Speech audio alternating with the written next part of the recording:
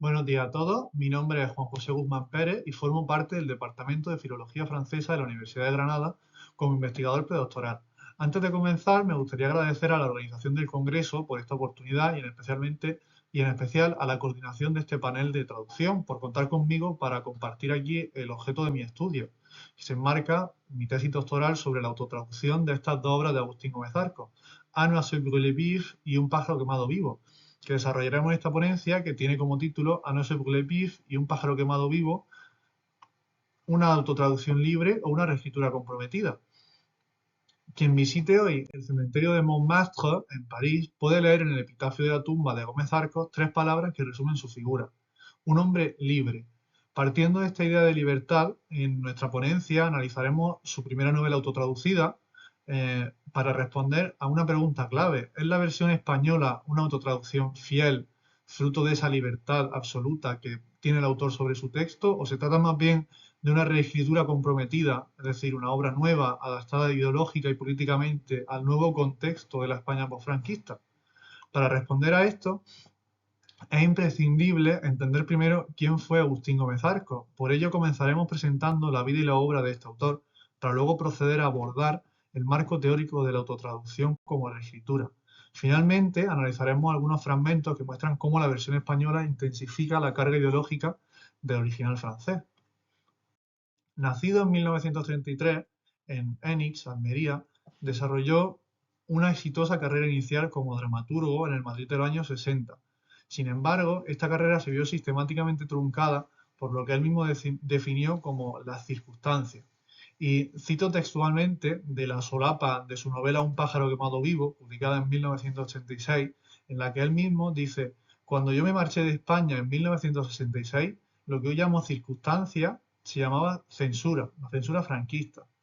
Gómez Arcos, de hecho, ganó el Premio Nacional Lope de Vega en el año 1966, pero su obra teatral premiada, llamada Queridos míos, es preciso contaros ciertas cosas, fue censurada por las autoridades franquistas y el premio fue anulado.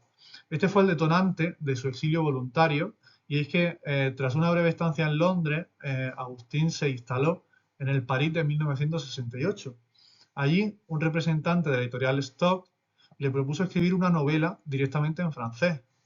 Gómez Arcos aceptó el reto y publicó así en el año 74 L'Agneau Carnivore, traducido como El Cordero Carnívoro, cambiando así no solo de género literario, al pasar del teatro a la novela, sino también de lengua de escritura, al pasar del español al francés. Y es que esta lengua se convirtió, en sus propias palabras, en una lengua virgen, en todo un espacio de libertad inmune a la opresión nacional. Él mismo describió en este bilingüismo literario no como un parti pris elitista o estético, sino como un puro acto de rebelión, un salto en el vacío. Ya en Francia cosechó un éxito de crítica y público bastante notable. Fue finalista del premio Goncourt en varias ocasiones y fue condecorado como oficial de la Orden de las Artes y las Letras. Sin embargo, mientras triunfaba en París, en España se convertía, como él mismo escribió, en un fantasma en su propio país. Tras algo más de una década de éxito en francés y de ver su obra traducida a más de 10 lenguas, Gómez Arcos decide finalmente publicar en España, y lo hace traduciéndose a sí mismo. Así, A Noche de Vif, que fue publicada en Francia en el año 84, se convierte en Un pájaro quemado vivo, publicada aquí en España a través de la editorial Debate en el año 86. El contexto de producción de esta autotraducción es clave.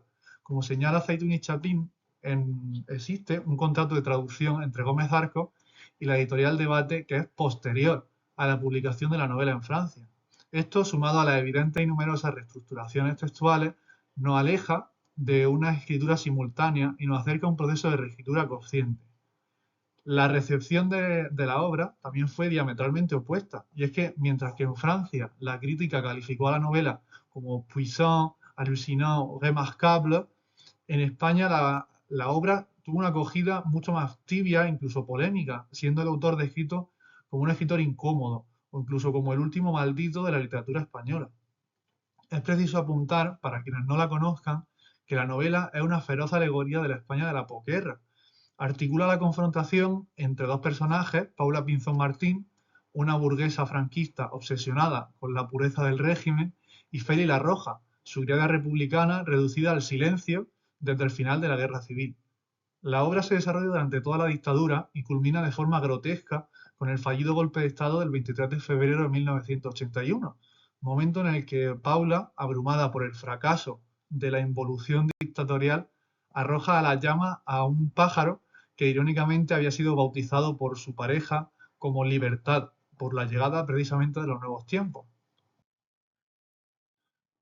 El hecho de que el traductor sea el propio autor nos sitúa, por tanto, en un terreno teórico muy particular, y es que la autotraducción, definida por Grudman como el acto de traducir los propios escritos de uno mismo, elimina la dualidad fundamental que existe en toda traducción entre el autor y el traductor. Esto confiere al autotraductor una autoridad y una libertad absoluta sobre el texto. Como señala López López Gay, el autor traductor se puede permitir modificar el texto tal y como considere.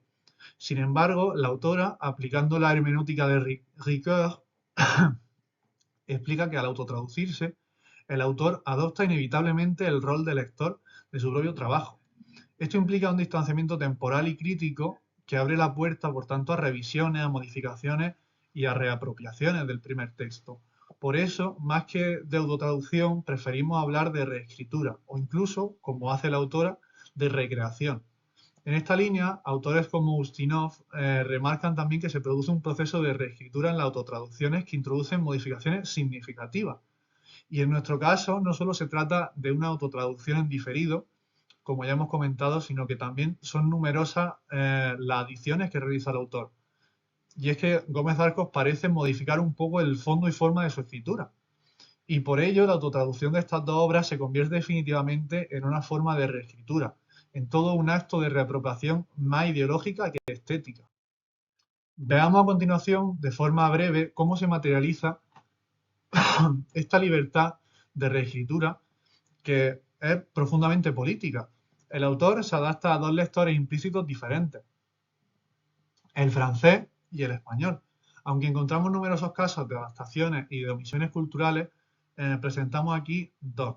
Un ejemplo claro es el de este primer fragmento, donde se menciona el SEAT 600. En la versión española basta una alusión directa, diciendo un 600, para que el lector español del año 86 active inmediatamente un imaginario colectivo, bueno, de memoria, incluso de desarrollismo. En francés esta referencia se pierde. Gómez Arcos no traduce como por ejemplo la Sixon, sino que omite la marca y describe el concepto para el lector francés, diciendo por ejemplo voiture fonctionnelle, utilitaire, es decir, funcional, utilitaria, antigua, de segunda mano. Ocurre lo mismo con las referencias políticas más evidentes. En un momento dado, el texto español evoca la memoria franquista hablando de levantar los brazos y cantar el cara al sol, de forma directa. Para el lector francés, que no conoce el himno de la falange, Gómez Arcos omite la referencia y en su lugar refuerza el gesto visual, que sí que es universalmente reconocible, centrándose así en el saludo fascista, el saludo fascista. Pero lo más revelador, perdón, de su proyecto de reescritura no son las omisiones, sino las adiciones. La versión española es sistemáticamente más larga, es más directa, más mordaz, más explícita en su carga ideológica, hasta el punto de que Gómez Arcos parece a veces tomar la palabra e insertar sus propios comentarios en la narración. Por ejemplo, en un pasaje, un personaje franquista se queja de cómo trabajan los camareros, mientras que en francés la referencia temporal es vaga y nostálgica, como por ejemplo aquí utilizando la palabra jadis, antaño. En español, en cambio, el narrador irrumpe con un dardo ideológico cargado de ironía, quejándose de que la culpa la tienen literalmente la democracia y la libertad, que son nocivas y que contaminan a la clase trabajadora. Otro ejemplo aún más claro es el que presentamos aquí en segundo lugar, donde al hablar del silencio de Feli la Roja, es decir, la sirvienta muda de la novela, el narrador reflexiona sobre si el silencio es un derecho. Así, mientras el texto francés es más contenido, la versión española añade finalmente una reflexión explícita que no estaba en el texto original. Y es que, como citamos aquí, el narrador parece incluir: el cazador es el único que tiene derecho a la palabra, se lo ganó a base de tiros, al vencedor de una guerra le sucede lo mismo. Relaciona así este comentario directamente con la memoria, con el pasado de la guerra civil y el poder del relato franquista sobre el del bando republicano. estando esto no presente en la versión francesa. Por tanto, estas ediciones no son meros adornos estilísticos, son gestos políticos deliberados dirigidos a la conciencia y a la memoria del lector español de la transición. De verdad que son muy frecuentes en esta autotraducción y esperamos poder desarrollarlos más en la publicación derivada de esta ponencia. Por último,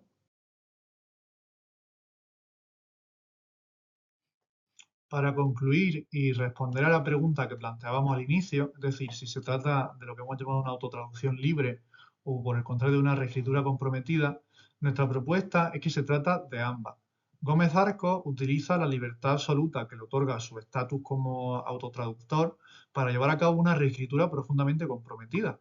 Lejos de ser un simple traslado lingüístico, la versión española de Un pájaro quemado vivo es un acto de reapropiación ideológica. Es todo un gesto de la que llamamos literature engagée, en el sentido sartriano, donde el autor interviene en el imaginario colectivo de su país de origen. La carga ideológica y la crítica se intensifican notablemente en la versión española. Y Gómez Arco adapta tanto su voz como su mensaje, creando dos obras paralelas con intenciones a veces distintas, pero unidas por el deseo siempre de hacer la guerra mediante su libertad de expresión. Esta dimensión es precisamente el punto de partida de mi tesis doctoral. El siguiente paso de nuestra investigación consistirá en analizar cómo se materializa lingüísticamente este compromiso literario, observando el comportamiento y la frecuencia de los marcadores del discurso en ambas versiones, para poder determinar así si estas adiciones ideológicas que hemos visto en español se acompañan también de una mayor presencia de estas unidades discursivas.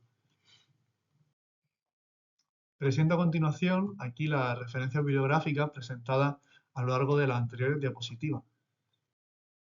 Además, para finalizar la ponencia, me gustaría agradecer a todos los espectadores del vídeo su interés en mi presentación. Dejo aquí mis datos de contacto y estaré encantado de responder a cualquier pregunta a través de los comentarios de la web.